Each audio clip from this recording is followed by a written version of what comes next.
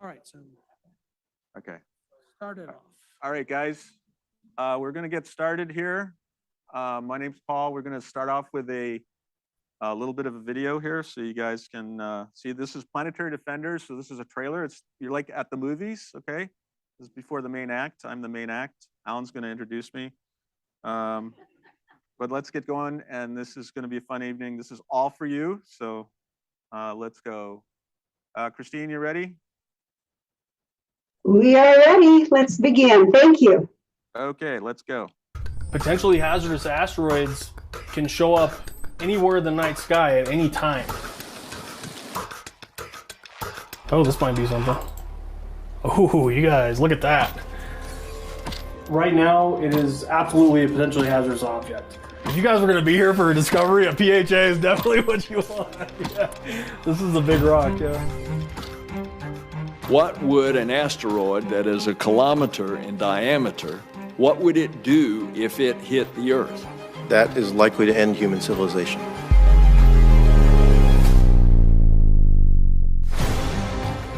Those objects are big enough to cause what we would call truly global devastation, meaning that they could cause global extinction events. The good news is that we found more than about 95% of them. When we get down to smaller objects, things that are larger than, let's say, about 100 meters across or so, now the picture's not so rosy. Today, we do not have a complete inventory of all the possible impactors. There's almost certainly a decent-sized asteroid out there that is going to pose an impact threat to the planet.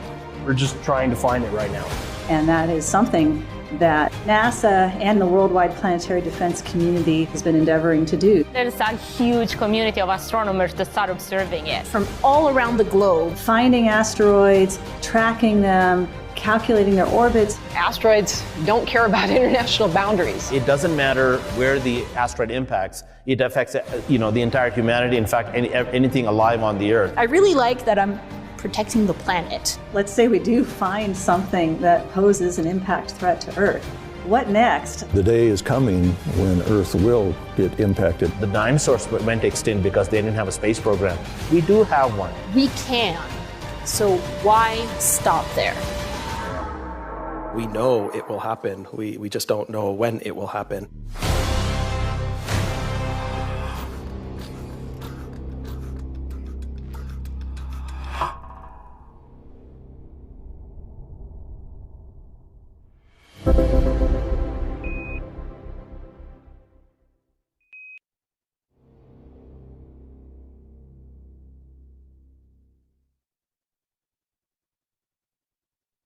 You guys can clap as well. Thank you. Okay, thank you, NASA. Well, welcome to the Lunar and Planetary Institute. I'm Alan Treeman. I'm one of the staff scientists here, and it's my great pleasure and honor to introduce our speaker this evening, Dr. Paul Abell. He's the chief scientist for small body exploration at NASA's Astromaterials Research and Exploration Science Division, which spells Aries, but he's not doing Aries. He's doing these smaller ones that are rather more dangerous. His main interests are physical characterization of near-Earth asteroids, near-Earth objects, spacecraft and ground-based observation, and trying to understand what kind of threats they present to us and how to mitigate those threats. He's academic credentials. He got a bachelor's in astronomy from Colgate, a master's University of North Dakota in space sciences. And for those of you that are going to snicker, North Dakota has a really, really good space sciences program. This is not just Podunk University. After that, went to Rensselaer. And I think after Rensselaer probably came straight to JSC, where he's been ever since. He's now working on, he's been part of every asteroid exploration spacecraft mission we've had so far, including Hayabusa, Hayabusa 2, OREX 2, which has just returned samples last year. And he's part of 5 upcoming missions for planetary defense. 3 are flying now. One of them's Hayabusa 2 Sharp, which is a continuation of the Hayabusa 2 mission to go look at other asteroids.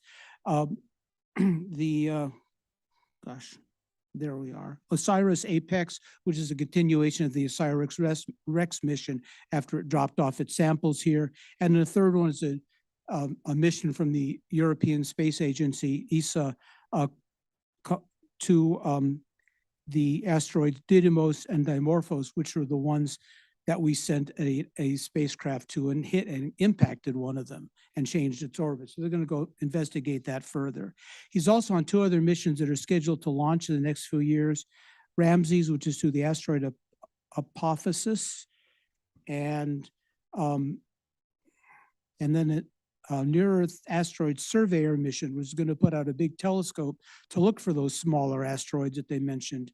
And in fact, he's just returned this weekend from a meeting of the team for that mission. So we're very lucky to have him back in town for a short time. He says he travels far more than he ought to because he's not only working with ESA, but also with JAXA, the Japanese Space Agency, and is NASA's liaison with them for planetary defense. So I give you Dr. Paul Abell. Thank you, Alan. All right. Can everybody hear me? Okay, good. So this is for you.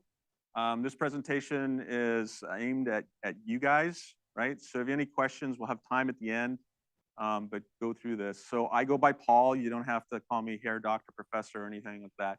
Paul is good. I'm laid back. I'm originally from Canada, as I was telling people earlier today. Before I begin, I want to dedicate this presentation to one of my dear friends, unfortunately, who died just on Friday unexpectedly. So this presentation is for my good friend, George, who's from University of North Dakota. We were master's students together. So this is to my good friend, George. Okay, so let's start off. This works. Maybe not. Time. Here we go. All right. Nope. All right, we'll do it the old-fashioned way. Ah, there we go. Try this. All right. All right, so we're going to talk a little bit about some recent impacts on Earth. Talk about background of near-Earth objects. That's basically asteroids and comets, okay? But I'm going to focus this presentation on asteroids. That's not to say that comets aren't important, but from a planetary defense point of view, the main threat right now are asteroids. Comets represent about 1% of the total overall threat, okay? And that's just a function of numbers. The main belt asteroids, where the near-Earth asteroids come from, are a lot closer to us than comets, okay? Talk to you a little bit about NASA's Planetary Defense Program. You saw a little bit that in that trailer. I highly recommend that you guys go and see that in it, okay? But still see it. It's still worth it, okay? All right. I'm going to talk about the planetary defense missions that we have, some of them in the past, in the recent past, the present, and the future, okay? All of these missions I have worked or are working actively on, okay? And then, like I said, we'll have time for Q&A. All right, sounds good? Excellent, okay. So let's start off. This is what we don't want to have happen, okay? This is an artist sort of impression of a big impact on Earth a long time ago. Remember from the trailer, dinosaurs were killed off. They didn't have a space program, but we do. Very true, right? So we are here, think of us like insurance, right? Make sure the Earth doesn't have a bad day. Okay. This is a bad day. Watch what happens. Right. Tell you the instructions.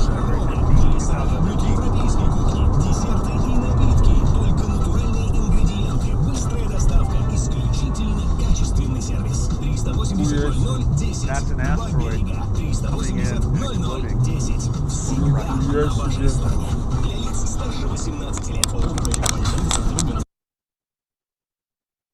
Я сейчас подойду, подожди.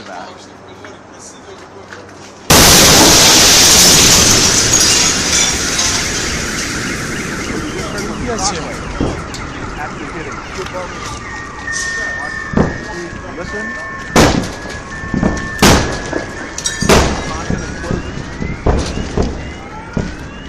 Ебать! Lots of damage. shockwave hit, blows out a lot of windows, car alarms are going off. Волной же накрыло! Да волной же накрыло, смотри!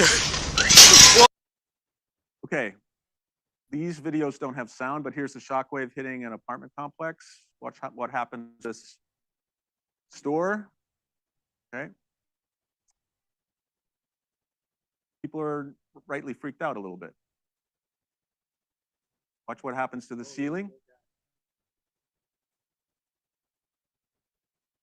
So that was a glass ceiling shockwave. Watch what happens here. They see the fireball, the blast, the flash of light. Shockwave hits, they're at the windows, they get blown backwards, right? A lot of the injuries that happened, no one died, but there were a lot of people hurt from flying glass and debris, right? Watch what happens to this door. That would be bad if you were standing next to it. Another video here. People are starting the day, they have no idea about the asteroid. And they run away, okay? All right.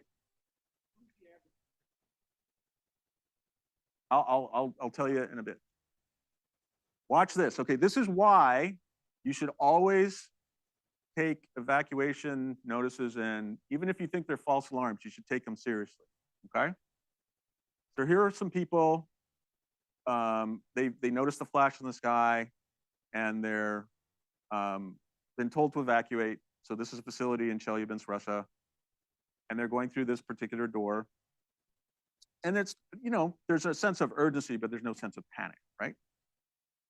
So everybody's, you know, and again, it's wintertime, so they're putting on their jackets and coats. They're being sensible, okay? And you have people slowly go through. And then you have a few more stragglers come along. See what happens here.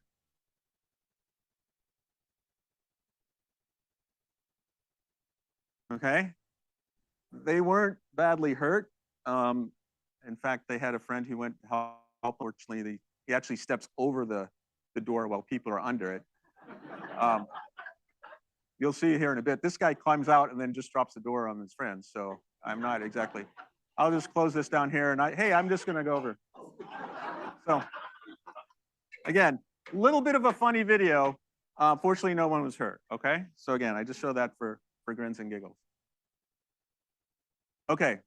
So I'll answer your question, sir, about this. So this, okay, this is data, all right, from US government sensors that are looking down on Earth for other things, okay? All right? So this is all fireballs from 1988 to basically just a few days ago, all right? Remember, we're celebrating Asteroid Day. June 30th is Asteroid Day. The reason why it's Asteroid Day is because way back when, in 1908, on June 30th, Tunguska, Siberia was hit by an asteroid, wiped out 2,500 square kilometers of forest, okay? These are more recent fireball impact events that are high up in altitude, right? Some of these are very high up, right? You would never notice these. These are small asteroids, and most of them are about, you know, a few meters across, maybe beach ball size, maybe a little bit bigger. Okay, the biggest one there is Chelyabinsk, okay? That was back in 2013. It released an average energy yield about 500 kilotons, probably a little bit less than that. That's 30 times more explosive force than the bomb that was dropped on Hiroshima in World War II, all right? This exploded at 29 kilometers up. So it actually made it, it was a bigger asteroid, about 20 meters, and made it down further. The reason why more people weren't seriously hurt or even killed is because it was 29 kilometers up, much, much higher than airplanes fly or anything like that, right? So fortunately, the blast, right, the fireball didn't make it to the ground, but the shockwave did, and that's what hurt people, right? In Tunguska, it was a much lower altitude airburst, they think. So it was only like 3 to 5 kilometers up, right? Much, much lower and much more devastation. So our atmosphere actually protects us. So for most of these things, you'll see our atmosphere protects us, right? So what you should notice is the size of those dots that are all over the world, right? And the color represent the energy yield, right? So the smaller the dots, the redder the color, the more energy they have, all right? So that corresponds usually to bigger types of asteroids. But again, these are relatively small, right? None of these you would, except for Chelyabinsk, you'd even hear about. The other thing to take away from this is asteroids hit everywhere, right? They hit, there's no one preferential place, although the Russians sometimes think that they get hit all the time. They don't. It's just because their country's really big, and you know, you roll the dice, it's going to hit the ocean, or it's going to hit the biggest landmass, which happens to be Russia, right? So don't freak out about this, but this is just the reality of how often we get hit from time to time, okay? And we monitor this and we get data from this, and this is, to us, very interesting. For you, it's nothing really to be alarmed about. Okay, so here's our good planet. I'm going to drop it in on the solar system. Okay, there it is. That yellow dot's the sun. You got, you know, Mercury, Venus, Earth, Mars, the asteroid belt. That's the main asteroid belt, and then you got Jupiter on the other side. Okay, on the outside of it. Again, it's a very, very simple cartoon. So asteroids are sort of the remnants, the leftover bits that did not get incorporated to the sun and the planets. So they're leftover bits from the formation of the solar system. They're really, really old. They're 4.6 billion year old rocks, right? And they're just left over. They hang out in the asteroid belt, okay? There are millions of asteroids. Here's the animation on the lower right. But if you put all the asteroids together, they don't have enough mass even to make up our own moon, okay? So that green area there, that's the main asteroid belt. The interior portion, which hangs around the Earth and the inner solar system, those are sort of the Mars crossing and the near-Earth asteroids. So the near-Earth asteroids are the ones, they come from the main belt, but there's the ones we have to worry about. That's what we focus on for planetary defense. Now, there's some things in here that I want to make sure you understand. These dots from this animation are made much, much larger than they actually are, okay? If I did everything to scale, you wouldn't even see this, right? Space is big, asteroids are very small in respect, okay? How many people remember a very famous Hollywood movie had an asteroid chase scene? Okay, I'm gonna show it to you.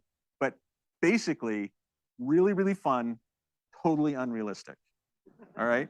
If you stood on an asteroid in the main belt, in an asteroid belt, you would need binoculars and a telescope to see the next nearest asteroid to you, unless you're standing on a binary asteroid, and that's, you know, that's different. But if you're standing on an asteroid, you take a telescope, that's what you're going to need to see your next nearest neighbor, okay? It's not like this. You're not actually going into an asteroid field. They'd be crazy to follow us, wouldn't they? You don't have to do this to impress me. Sir, the possibility of successfully navigating an asteroid field is approximately 3,720 to 1. Never tell me the odds.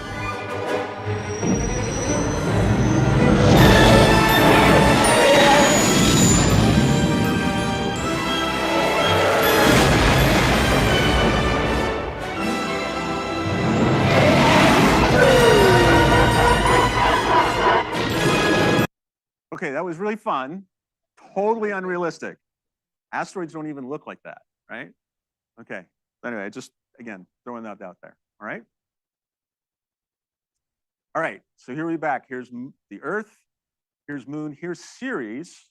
This is the largest object. It's now a dwarf planet. Used to be the biggest asteroid.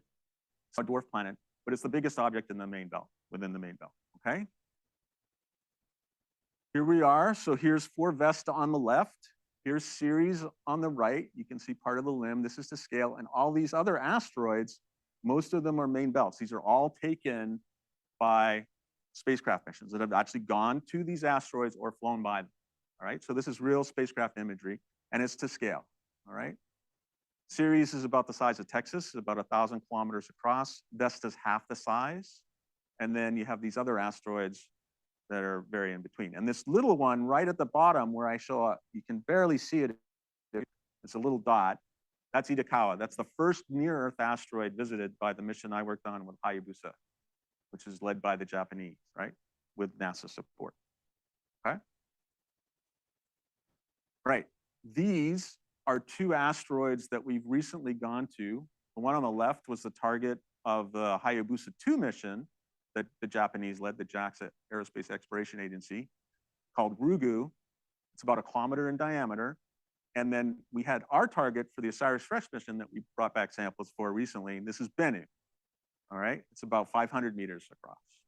Right, and we have samples of these asteroids in Johnson Space Center in my building, Building 31 at Johnson Space Center. Very, very precious samples. We've learned a lot. Lots of organics, lots of actually water, not water like you would think of like pouring water, but OH trapped within clay minerals, right? So very, very interesting. Told us a lot about the earliest stage of the formation of the solar system. Really, really interesting. So great scientifically, also very interesting from the standpoint of maybe potentially resources. But both of these guys are also potentially hazardous asteroids. They're near-Earth asteroids. So they're near Earth, but they're easy to get to. That's why we went to them with robotic spacecraft, went there, got a sample, and came back. Okay. All right. Now let's talk about planetary defense. All right. This ties directly into the trailer. Like I said, you guys got to see the whole thing. It's really, really good. Okay. So we have a planetary defense coordination office at NASA. All right. And there's a few of us, I wouldn't say a lot, there's a few of us who work and make sure that we don't have a bad day. Okay. So we start off on the upper right. Okay. The first thing you have to do is you have to search, detect, and track the asteroids. You want to make sure what's out there and where it's going and whether it's dangerous or not. Then once you see something, you have to characterize it. You have to figure out how big is it? What is it made of? How fast is it spinning? Right? Some of these guys, these asteroids are made of solid metal. Some of them are various types of rock, mixtures of rock and metal. That's important to know if they're heading at you, right? It's all about the mass, the speed and the mass, but the characterization gives you that, okay? Then you got to plan and coordinate. We're not going to do this on our own. We have other agencies that we work with within the United States government, DOD, we have FEMA, we have the Department of Energy. We also have our international partners that we'd like to work with as well, right? And then mitigate. This means trying to deflect them, literally trying to save the planet, right? Or save a city or save a region. And then once we do that, then you're constantly assessing, one, how you're doing with your mitigation, did it work? Or assessing what is the most likely threat, the next one we have to work on, right? So that's basically our plan for planetary defense in a nutshell. It's a lot more complicated than that, but it fits on one slide, okay? So basically it boils down to two things. Find the hazards, then the Earth. Basically, that's it, okay? That's our job. All right. We have 4 rules in planetary defense. 4 very important rules. Number 1, find the asteroids early, right? Number 2, find the asteroids early. Number 3, by the way, find the asteroids early. This was driven into me by my mentor because time is our best friend. If you see something coming at the planet at high speed, some of these guys move incredibly fast, 25 kilometers per second or faster, right? Time is your best friend. It's not like the movies. It's not like Armageddon or Deep Impact, if people saw that, where we're doing last-minute heroic measures and trying to deflect something, with only a few months warning. We want like a decade or more. That makes me feel comfortable, right? So we got to find them early, find them early, find them early, right? The other thing, the other rule is, remember, you don't get the asteroid. The asteroid picked you. So you have to be ready for anything. This again was driven into me by my mentor, right? Remember, Paul, when we do all these missions to all these asteroids, we pick them, right? And that's great. We can get to them and stuff. But then we have stuff coming at us at really high speed and incredible angles, makes it very, very difficult. So we have to be ready for anything. So those are the 4 rules. Find them early, find them early, find them early. And remember, you don't get to pick the asteroid picks you. Okay? All right, here's our search and survey systems, telescopes, essentially, okay? So when I refer to NEO, it's Near Earth Object. Near Earth Object stands for asteroids and comets, like I said in the beginning, but we're really talking about mainly asteroids. But we do have some comets that we pick up, okay? So on the left-hand side, starting from the left, we have Atlas. We have 4 around the world. They're Atlas telescopes. They're run by the University of Hawaii.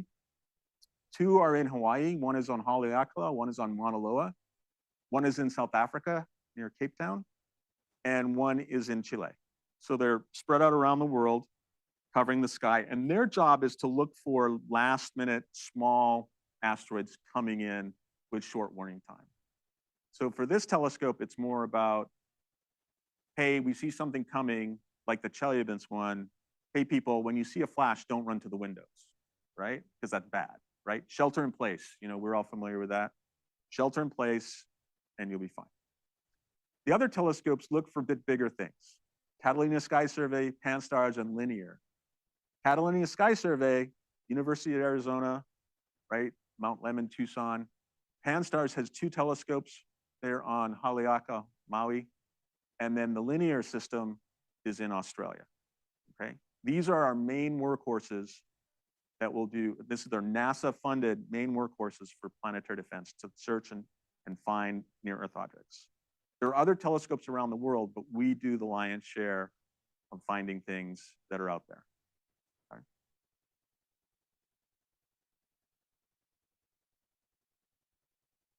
All right. So we also have follow-up assets. Okay, so we have follow-up telescopes that once you find something you want to characterize, you want to find out a little bit more information, right? You don't want to use your major survey telescopes wasting time tracking an object when there's all these other things to find. That's where all these other telescopes come in. Various sizes, some of them are like, you know, meters, a few meters across in main mirror. The Lowell Discovery Telescope is a 4-meter class telescope, so big.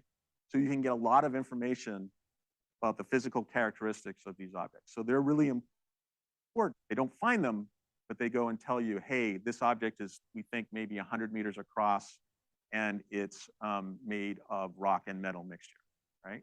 It's really important. Then we also have the primary characterization assets. IRTF, the NASA Infrared Telescope Facility, that's on Mauna Kea, Hawaii. That was my telescope. That's where I worked a lot of my life. I spent way too much time on that mountain, taking asteroid spectra using visible and infrared. So this is infrared spectra to determine the composition of the asteroid that we're working on. And my project, why I got hired at Johnson Space Center, was because my thesis was all about determining the compositions of potentially hazardous asteroids and where they came from. So this is my telescope. And what I would do is take spectra, so basically analyzing the reflected sunlight from the asteroid that would come back. And some of that sunlight, those wavelengths that it would return, would be missing. So I would find out from the spectra from what is missing, those absorption bands or gaps, the minerals on that rocky surface would absorb, and I would be able to tell you what type of asteroid it would be based on that. It's like a fingerprint. Every asteroid has a fingerprint, right? And that's what I'm doing with the spectra. I have colleagues who also work on the Goldstone Planetary Radar. And the radar systems are invaluable because that actually sends out, this is in Barstow, California, a 70-meter radar antenna that at radar beam at an asteroid. You have to know where to point, right? You have to know the asteroid's there. You point it at the asteroid, and you can actually get not only a good position, speed, but if the asteroid's close enough, you can actually get an image of it. You can see it rotate. You can get a shape of it. You can see if it's double asteroid or not. So these two facilities are really, really useful and help us characterizing what's out there in terms of the population of near-Earth asteroids and near-Earth comets. All right, here's the hazard by the numbers. So this is not meant to freak you out. This is just, sort of what we're talking about here. So on the left-hand side at the top is the asteroid size, okay? 4 meters, 25, 160, 1,000 meters, 10,000 meters, right? The frequency, the rough frequency, it's statistics, so it's not exact, but how often something like this would potentially hit the Earth, okay? Thankfully, the big guys, the 10 kilometers and the 1 kilometers, they don't hit that often, right? There's very few of those, right? If you look at the number of NEOs down there on the 4th line, it gives you an idea of how many are out there, how many we think are out there, right? The big guys obviously are, when they do the impact, really bad, right? So we don't want the 1 kilometer or 10 kilometer guys to hit us, right? Fortunately, and we know where all the 10 kilometer guys are. There are 4 of those. We 100% know where they are. They're well behaved. Nothing to worry about. Kilometer guys, we got about 95%, so we're feeling pretty good. We still got some work to do. We got 5% left to find, but we're feeling pretty good. 160 meters, it starts to get a little bit more interesting. This is still, if one of these hits, it's bad. Takes out a city or more, and we're only about 40-ish%, 42% complete, right? So we got a lot of work. And then when you get down to the 25 meter and smaller, we got a lot to find, right? We got a long ways to go, all right? So that's this hazard by the numbers chart. This chart basically is the same thing, but it shows you in terms of discovery statistics over time, right? So this is the discovery date on the bottom, starting at 1980, all the way up to current. So this is just yesterday, right? And what I've shown is the number here. You can see the number of asteroids. So the blue is all near-Earth asteroids. Right now, we're tracking 38,613 near-Earth asteroids, okay? That's that blue curve. When you look at the orange curve, it's 11,324 that are over that 140 meter plus, right? And that 140 meter plus, that's sort of a definition of what is potentially hazardous, right? So and that's not entirely true. That's a scientific definition. In our terms, 50 meters is our threshold. We want to make sure that if anything 50 meters and up, it's a guide. 45 meters, we're not going to say, oh yeah, come on and hit. But 50 meters is our threshold where we would actually try and do something about an asteroid, right? Something like Chelyabinsk, we may or may not. It all depends on what it's made of, right? If Chelyabinsk was an iron asteroid, it would have made it much further to the ground, would have probably made a crater, and we'd be talking a different story, right? So again, it depends. We just have guidelines. So 140 is sort of where we're trying to make sure we get the most. That's the biggest next risk. The red ones are the ones over 1 kilometer. And you can see that we're doing really well. That's where we're at the 95%. That curve is relatively flat. It's not increasing like these others, right? The harder we look, the more asteroids we see. That's what you take away from this slide, especially with that blue curve, because included in that blue curve are all asteroids, even down to a meter across, right? Remember I said I don't talk about comets? Well, we have 123 near-Earth comets, okay? So you can see the relative hazard, right? We got 123 of these guys. How many asteroids? So predominantly, the threat to Earth is all near-Earth asteroids, predominantly, about 99%. All right. All right, let's talk about past mission. DART, Double Asteroid Redirection Test mission. This is awesome. And there's a couple of videos in here I'm going to play. I was involved with this mission. I had a great honor. It was our humanity's first test of the kinetic impact deflection. So kinetic impact is basically you take a spacecraft, high speed, and you ram it into an asteroid to deflect it. It's not subtle, but it's something that America is very good at, just doing it. So here we go.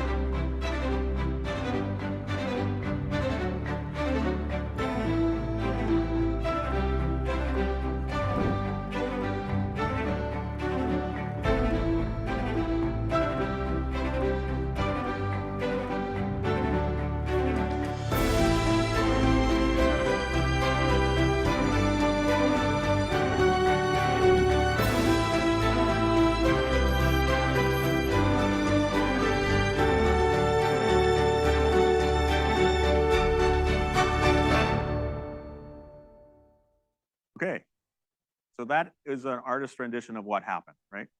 Okay, it happened in September of 2022. All right, so here is the DART spacecraft at Vandenberg Space Force Base back in November of 2021, okay? Launched on a SpaceX rocket. You can see the spacecraft there with the technician for scale. The spacecraft is in the nose cone of the Falcon 9. It's that gold, wrapped in the gold mylar protective layering. And that's what launched. It's about the size of a large vending machine, to give you a sense, okay? So what the whole idea behind kinetic impact is we just want to ram in and transfer momentum to the asteroid. One of the things we didn't know is how does the momentum work? So if you ram into the asteroid and you have no ejecta, you move it a little bit. Ejecta is the debris that's given off by the impact, right? If you hit it relatively hard and you get some ejecta, you get some stuff throwing back, right? You'll see it here, you get to move it a little bit more efficiently. If you get lots and lots of ejecta, then you really give it a shove, right? So that's one of the things we wanted to test. Well, first of all, we wanted to test to see if we could hit it, right? That's number one. You got to hit the asteroid and then figure out how much you actually moved it, how much momentum you actually transferred to it, not only from the spacecraft, but from the ejecta, the material that's thrown off after the collision, okay? All right, so DART, we targeted a binary asteroid system. So in the near-Earth asteroid population, about 1/6, about 15% of the entire population are double asteroids, okay? So you usually have a primary and a smaller secondary asteroid. The secondary orbits goes around the primary, okay? So DART targeted the smaller asteroid called Dimorphos. It was orbiting the larger one called Didymos. So you can see, if you remember from the video, DART came in and right before it impacted, it deployed a little CubeSat called LICHA Cube. You remember that? That's what that's showing on the left-hand side, right? So that's LICHA Cube, and that was deployed prior to the impact so that it would follow along behind DART to see what happened, right? So they would be able to get some images of what happened. We're watching from the ground too, but we needed something up close and personal, right? I will tell you, this is a really surreal mission for me because this is the first time that I worked on a spacecraft mission where I wanted the spacecraft to be destroyed. We don't do that at NASA usually, right? We always want the spacecraft to last as long as we can. But this time we really, really, really wanted it to be destroyed because that was the experiment. So DART comes in, it's about 580 kilograms, screaming in 14,000 miles per hour, so 6.1 kilometers per second, hits Dimorphos, which is a 150-meter asteroid. It's orbiting Didymos, which is 760. And the separation between the two of them is only about 1.2 kilometers, so pretty tight. And meanwhile, we're watching from Earth, which is about 7 million miles away at the time of impact, right? So this is our experiment. This is just to give you a sense of scale. So there's the DART spacecraft. It's about 19 meters across with the solar arrays that were deployed. You saw the little wings that came out. Here's Dimorphos at 150 meters, so it's in between, there's the Great Pyramid of Gaza and the Statue of Liberty, and then Didymos, which is huge, right? Really, really big asteroid, right? And just to give you a sense of scale of some of the landmarks on Earth, right? All right, so this has made an ideal target. So one of the things we do is this is a binary system, right? Binary asteroid. This little asteroid, Dimorphos, goes around Didymos in a very predictable way, right? It's in space, there's nothing to slow it down, it just changes its orbiting, right? We watch it from Earth, characterize that motion, the DART spacecraft comes in, hits, LICHA Cube flies by and watches the result of that impact, okay? The orbit has changed, we hope, right? And meanwhile, we watch the change, the new orbit, right? We've actually hit Dimorphos head on, so we've slowed it down so the orbit period shrinks, right? And we can hopefully tell that from our Earth-based observation. when we look at the asteroid system, right? So we have the before, measured before, how the asteroid system is working, and then we have the after, right? And then we also have images from Leachy Cube. Remember that, right? Yeah.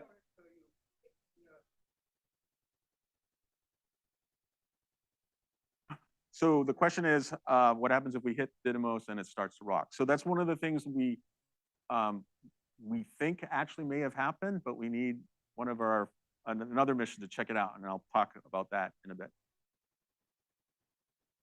All right, so here's our eyes. How many Harry Potter fans are there? Okay, this is Draco, good, okay.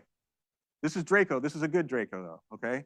So Draco stands for Didymos Reconnaissance Asteroid Camera for Optical Navigation, Draco, okay?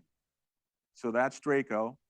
It's one instrument on the spacecraft, that's it. It's just basically a telescope to help us find the asteroids, characterize them a little bit, and then smack in. This is what really happened. So watch this movie. This is the last 5.5 minutes. Their image is taken every second. It's sped up about 10 times speed, except for the last 6 images. So here we are coming in. Didymos is on the lower left. Dimorphos is a target. You can see the jitter. That's the spacecraft adjusting to make sure it's on an impact course with Dimorphos. This was an exhilarating experience.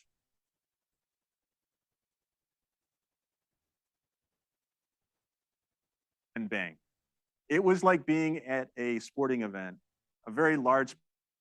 I've never seen so many scientists start screaming and yelling and clapping and going crazy. It was truly amazing. It was great. So that's what happened, right? Smacked into it. Right. This is the Draco images, the camera. So this is a mosaic of some of that imagery. And you can see some of the features. One of the things you notice about Dimorphos, again, it's about 150, 160 meters across. It's full of boulders.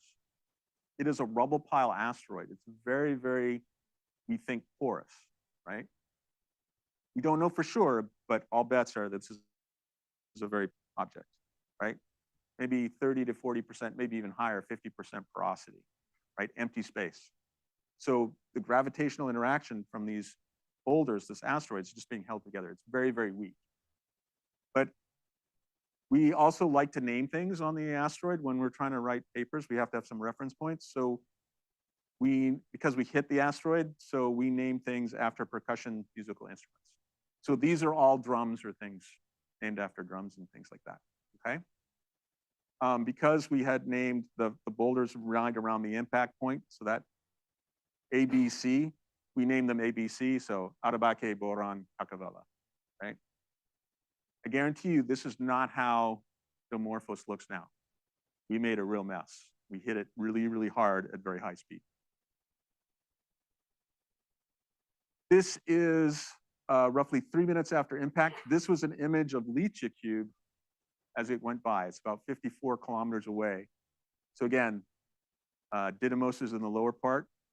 Dimorphos is up there, and you can see all that ejecta, all that stuff flying off the asteroid, okay? This is just in the first 3 minutes. This is what it looked like from the ground. It was very dramatic, right? This is the first high-speed ejecta, high-speed material that was ejected right after the impact. And this is also one of the reasons we chose this target, is because we would be able to see stuff from the ground. It was relatively close. It was still 7 million miles away, but it was relatively close. Okay? This is what it was like. So we hit, remember, it was September 26th of 2022. Now we're in December of 2022. After the impact, all that debris, it looks like a comet. It's not a comet, but with the asteroid motion, this and solar radiation pressure, all that little bits of dust and rock form this nice tail, right? And you see these bright dots all around it. Those are actually 3 to 4 meter boulders.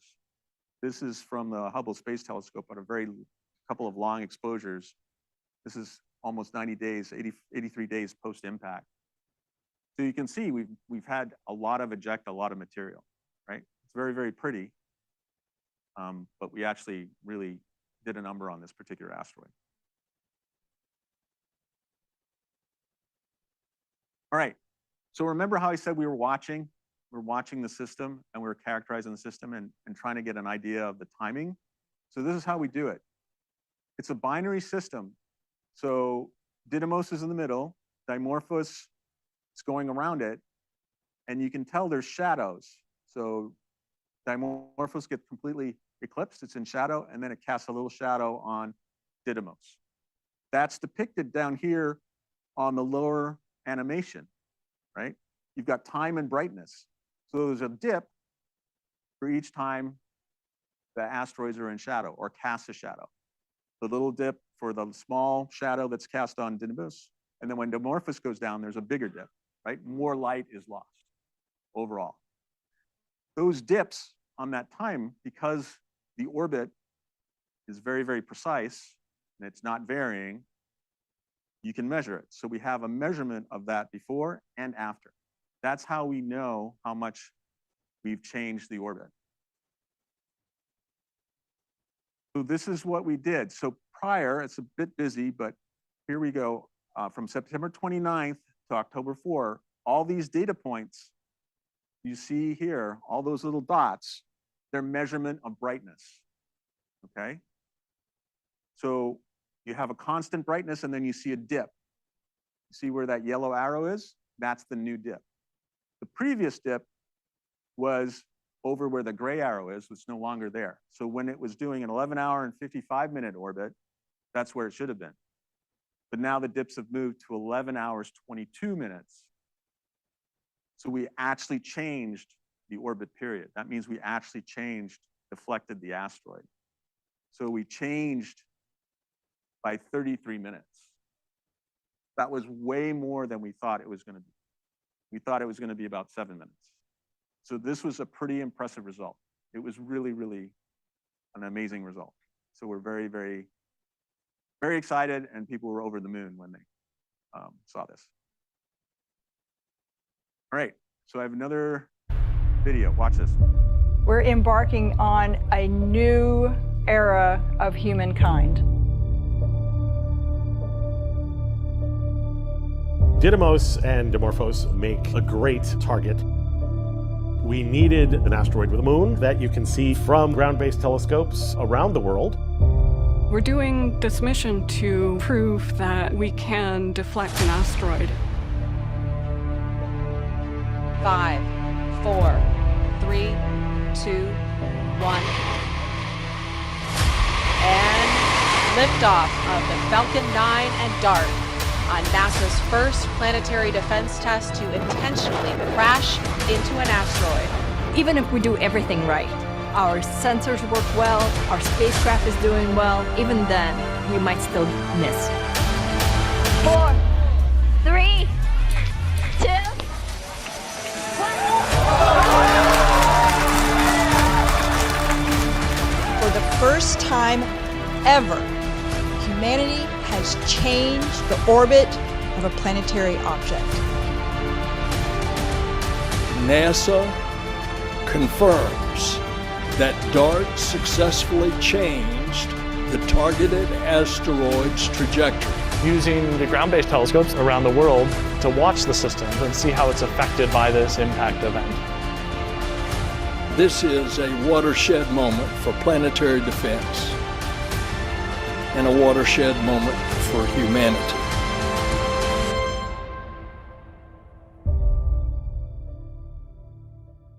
All right, so that was the DART mission. I've got a few more slides to show you. We're following this up with the European Space Agency HERA mission. So HERA is going to investigate what happened with DART. There's a mystery out there in deep space, and solving it will make Earth safer. That's why the European Space Agency's HERA mission is taking shape, to go where one particular spacecraft has gone before.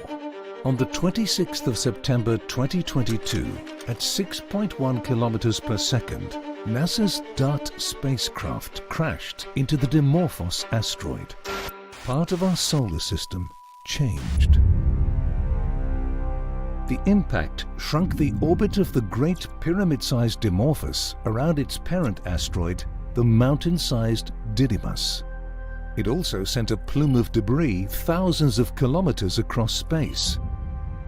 This grand experiment was performed to prove we could defend Earth against an incoming asteroid by striking it with a spacecraft to deflect it.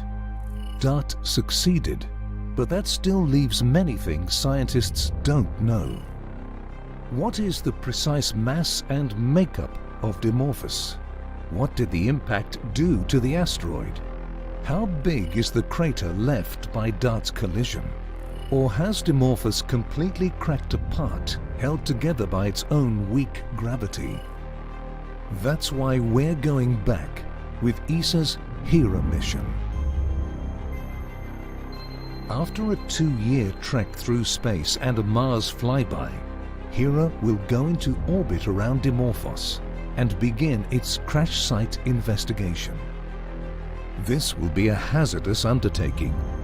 The impact might have left clouds of debris hanging in the asteroid's vicinity. But Hera is not going alone. It takes with it 2 briefcase-sized CubeSats to go in closer and take more risks than their parent spacecraft. One will identify the minerals making up Dimorphos, while the other will unfurl a radar antenna to make the first subsurface probe of an asteroid. And they'll end their duties by touching down on Dimorphos to gather extra data on its surface and gravity field. By the end of Hera's observations, Dimorphos will become the best-studied asteroid in history, which is vital, because if a body of this size ever struck Earth, it could destroy a whole city. The dinosaurs had no defense against asteroids because they never had a space agency. But through Hera, we are teaching ourselves what we can do to reduce this hazard and make space safer. Okay, that's the Hera mission. So the key questions, again, from the video, right? Key questions are, what is the final state of Dimorphos? Is there a crater or has it been totally reshaped, right? What are the internal properties? Is it a rubble pile or monolith? We think it's a rubble pile, but again, just from looking on the outside, we're not entirely sure.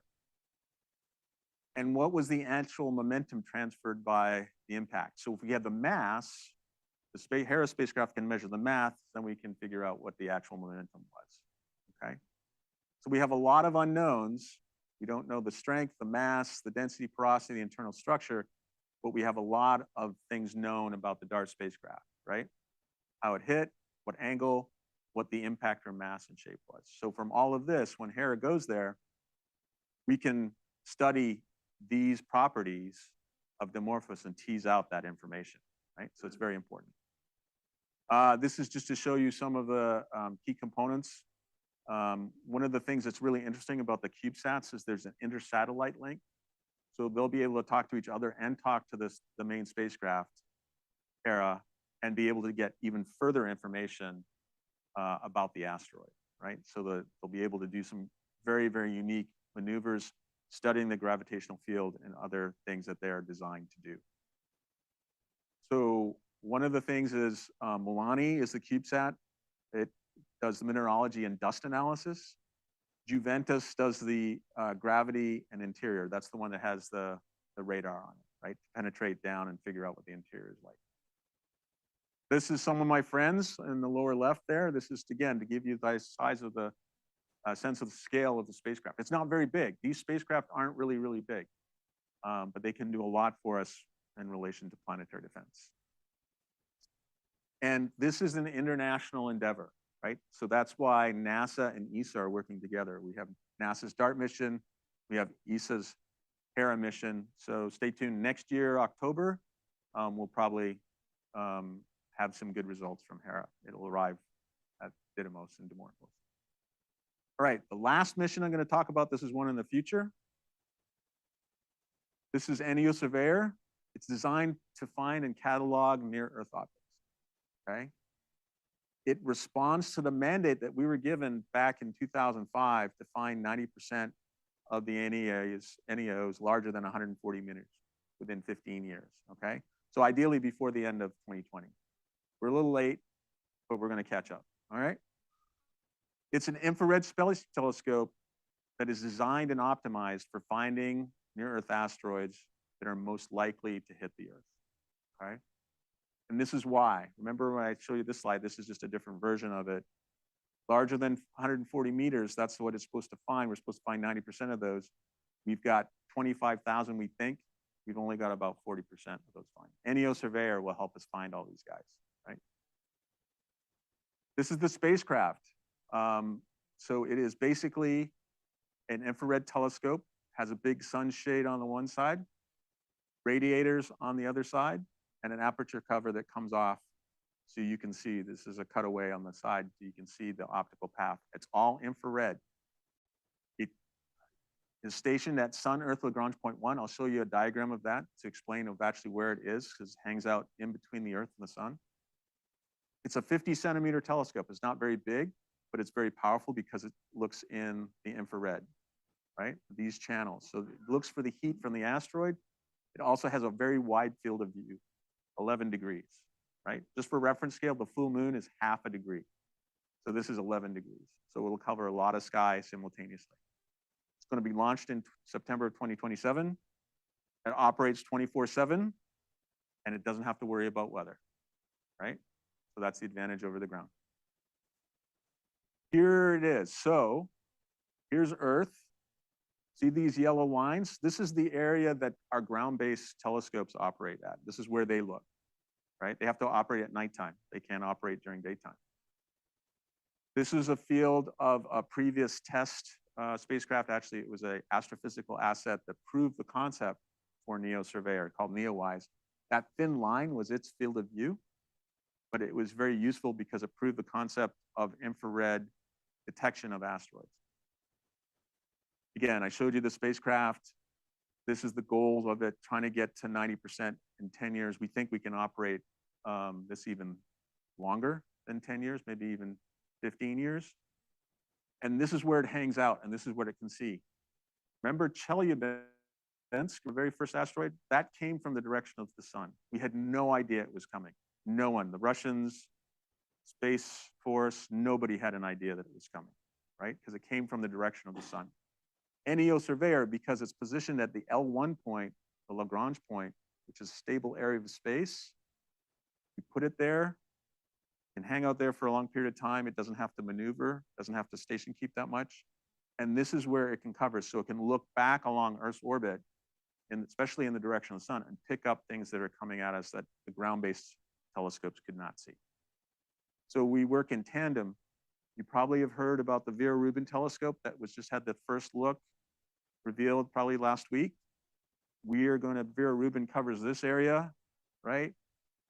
We're going to cover this area. So working in tandem, we can pick up these near-Earth asteroids and working together.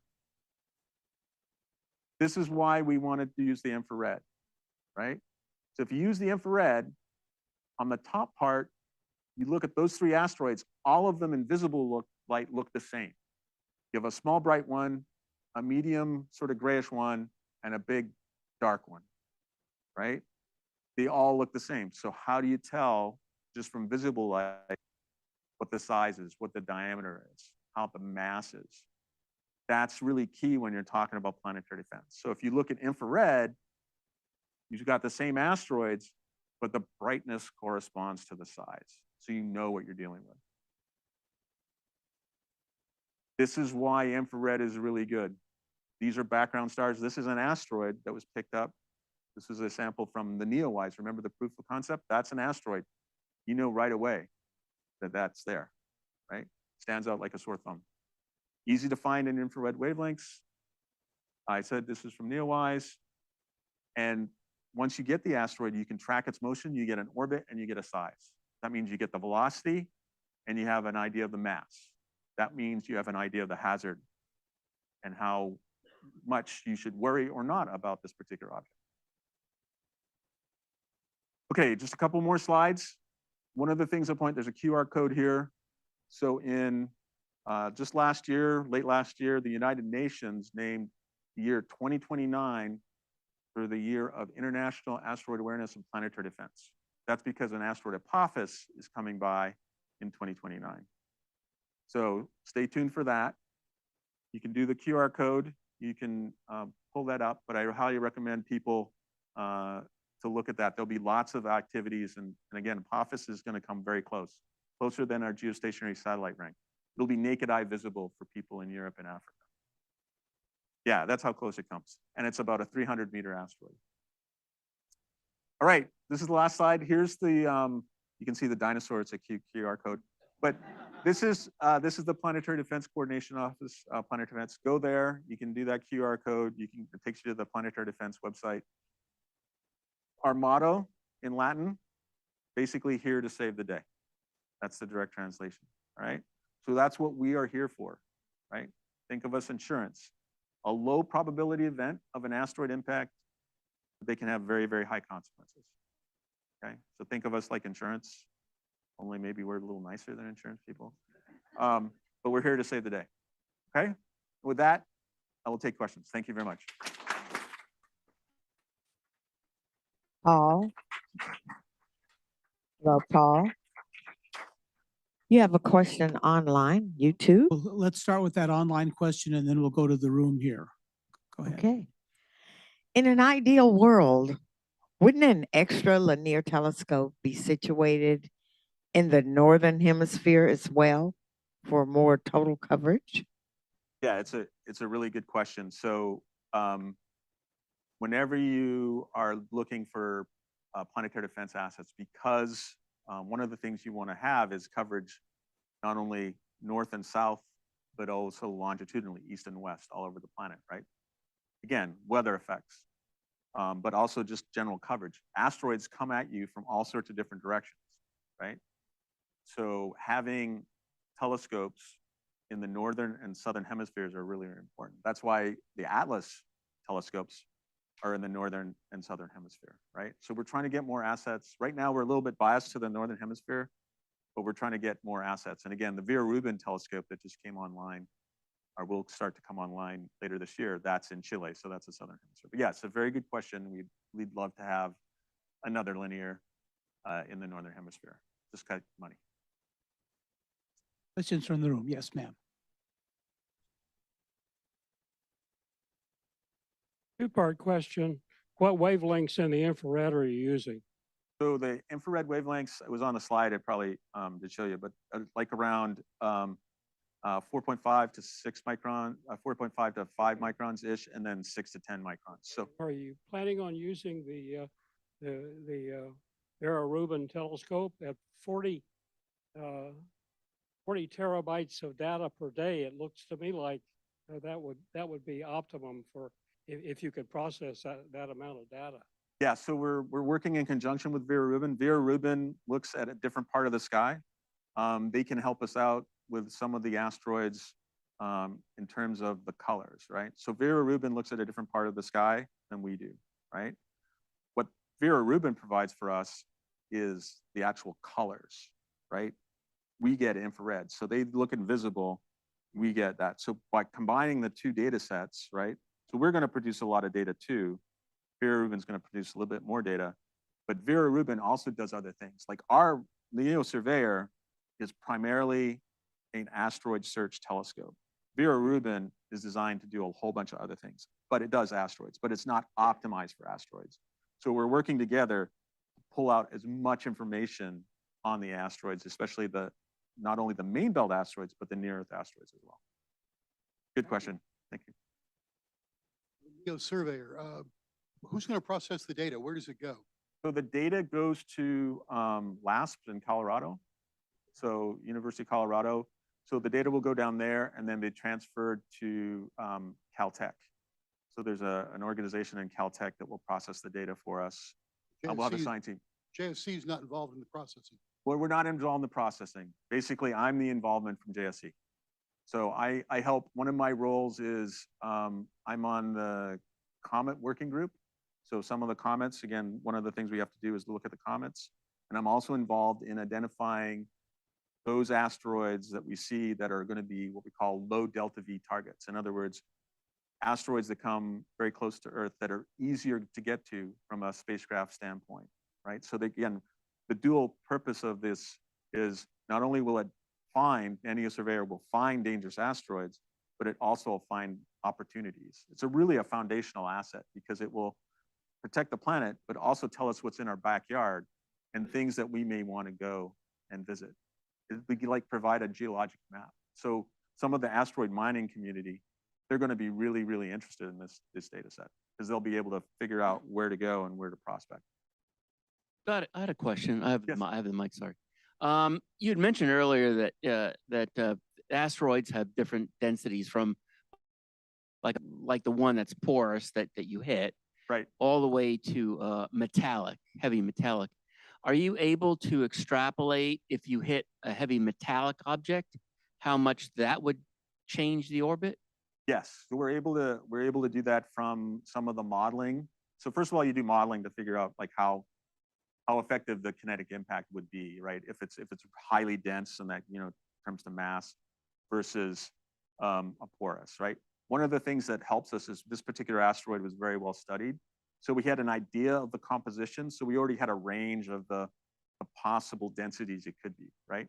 This particular asteroid is very similar to a very common meteorite called an ordinary chondrite, right? So it had a particular range of densities that we were working with. Now, the only thing that we needed to know was the bulk porosity, right?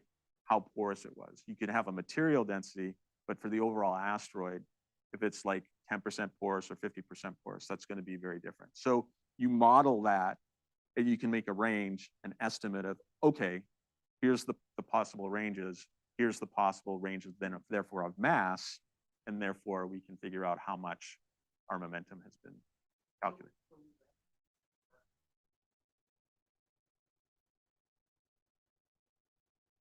It would move less. It would move less. Yeah. It would. So it's all kinetic impact, right? So you're trying to move mass, right? So if we were trying to do a test on, say, dimorphos or metallic, then we would not expect as much momentum transferred to it, just because of the mass. Two-part. Is there much in this with the Russian and China space programs or scientific programs? Yeah, so there is interest. So one of the things I should say, and it was on the slide, but it was really hard to see, is we do have two international organizations that are sort of UN sanctioned. One is called the International Asteroid Warning Network. So that is a group organizations, is mainly observatories or space agencies that have assets that can help not only identify, but characterize near-Earth asteroids, right? So you may remember from early this year, we had an asteroid that had a chance of hitting the Earth. So the International Asteroid Warning Network was activated. There was an alert sent out to the United Nations saying, hey, this asteroid's interesting, we should take a look at it, right? So that's international and broad. The other group is called Space Planning Mission Advisory Group, or same page. And that's all the space agencies of the world. And they come into play in case there's a mitigation, in case we have to send spacecraft either to investigate an asteroid or actually to deflect an asteroid. So we do, and they are members of the same page group. So we do work with them, but just not exactly directly one-to-one. The second one, you touched on it, the Siberian asteroid, I think it was 1907 or 1908. Yeah, 1908. Would you characterize that as probably the largest explosion, for lack of that, in the last several hundred years that you're aware of, or is there something else that? No, that within the last 100 years or so, that's probably the largest we know about. That one was pretty dramatic. There were eyewitness reports. There was an eyewitness report of a fur trapper trader who's on his porch and got blown off the porch, right? And so it was pretty intense for him. So Yeah, that's the biggest that we have. We have other events like I showed you on that one slide with all the dots. So it happens a lot, but they're much smaller. The thing with Tunguska, that was probably like a 50-meter guy, and that's why it penetrated a little bit further. So it got further down in the atmosphere, like 3 to 5 kilometers before it detonated. It was still relatively weak, we think, but it was an airburst rather than a ground pounder. Right? People have gone to Arizona. Everybody's gone to Meteor Crater in Arizona. Cool. Highly recommend it. Going. It's awesome. So that was about an impact about 30,000 years ago. That was from a metallic, and that left a mile a diameter crater. Incredible presentation. Thank you so much. I have a question about, you used the term look versus not located, the asteroids around, right? Yeah. So I'm assuming that's some sort of modeling technique. What are those models? So basically, what you do is you look for, we have these search programs that are looking for asteroids, right? And you can model based on the brightness of the asteroid, the size, the interpretation, and trying to figure out of a certain size range, how many there may be existing based on what you're getting from your ground-based assets, right? So if you were, I'm trying to explain this another way, you look for a long time and you see various asteroids of various brightness. You have to make an assumption. You have to be realizing that you're a bit biased because you're going to be biased more to things that are closer to you and brighter. There's things going to be further away and darker, right? But if you interpret all that and you have a certain brightness as a proxy for size, not always good, but you have to make a model of that. You start pulling out and you recognize all these asteroids and they're new asteroids and you determine how many of them are there. And then you keep running your survey over and over and over again. And then you start finding, well, I've already seen that asteroid, or I've already seen that asteroid. So how many new detections are you finding? So that's sort of like the chart that I showed you with the blue and orange and red. So the big guys, that curve is very flat, right? It goes up a little bit, but it's very flat. That means we're getting all those guys. There's not many of them up there. The orange one is still going up. That's the 140 meter and up, but it's not dramatic. The blue going straight up, right? Not straight up, but you know what I mean. It increases rapidly, but those are for everything. That's like 1 meter, right? And there's millions of those small guys, right? So that slide, I also joke when I talk to children, school children, I say that's my job security slide. Like I could work forever and I'd never be able to retire. They won't let me, right? Because I got so many asteroids to take care of. So yeah, good question. Sure. Yeah.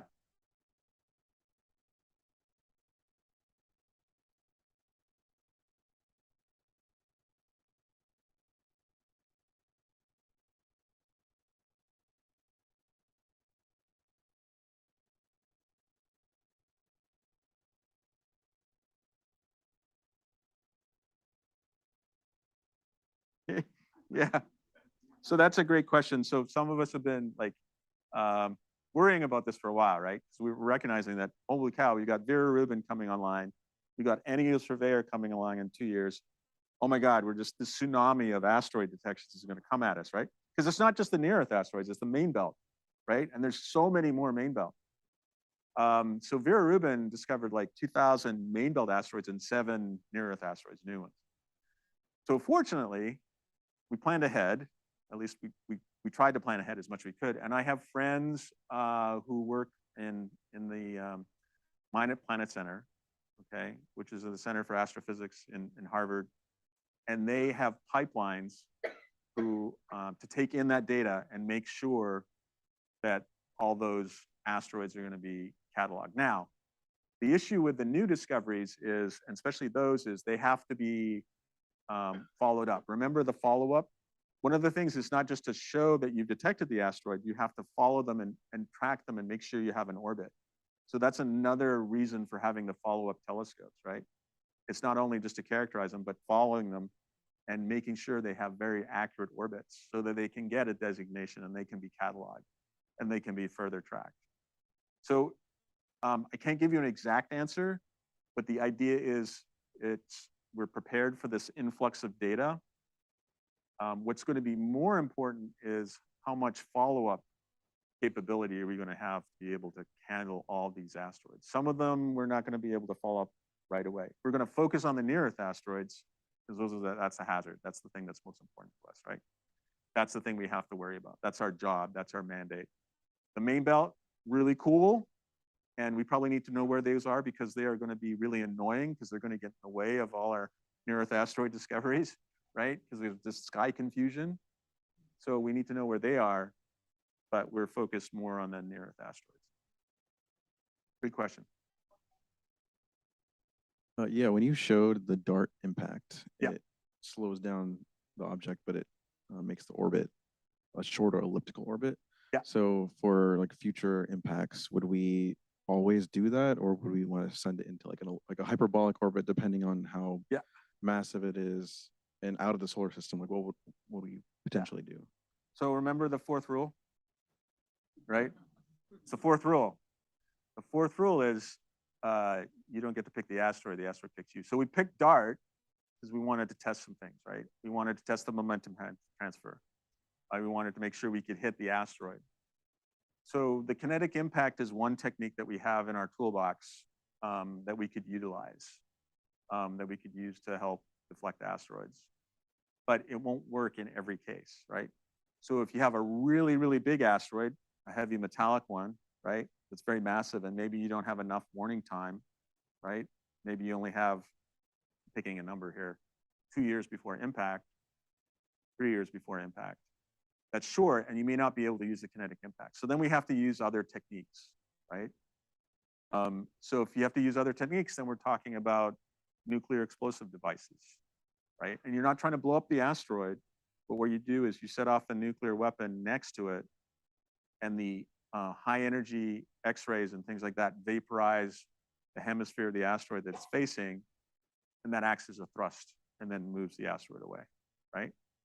There are other things you can do if you have lots and lots of warning time, right? Very elegant, subtle techniques. There's one called the gravity tractor, where you actually take a big spacecraft and you station keep with the asteroid and then move it slowly, and you're actually towing through gravity the asteroid. But it takes a long time to do that, and you have to be very, very close, have really good control of your spacecraft to maintain that station keeping, that close proximity operations.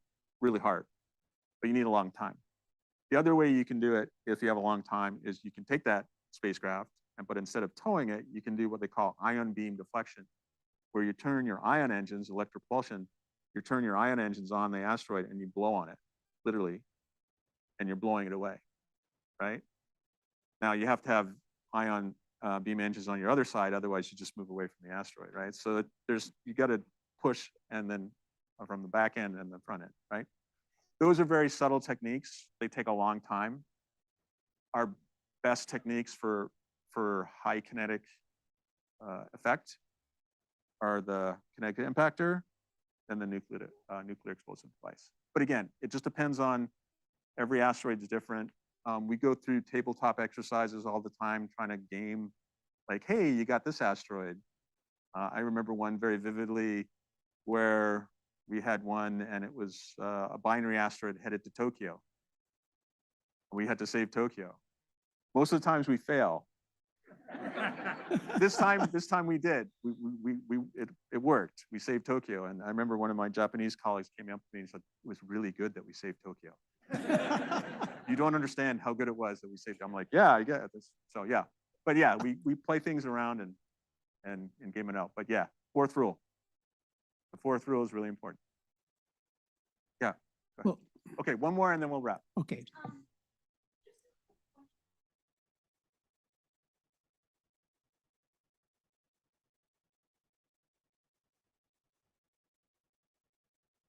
Yep.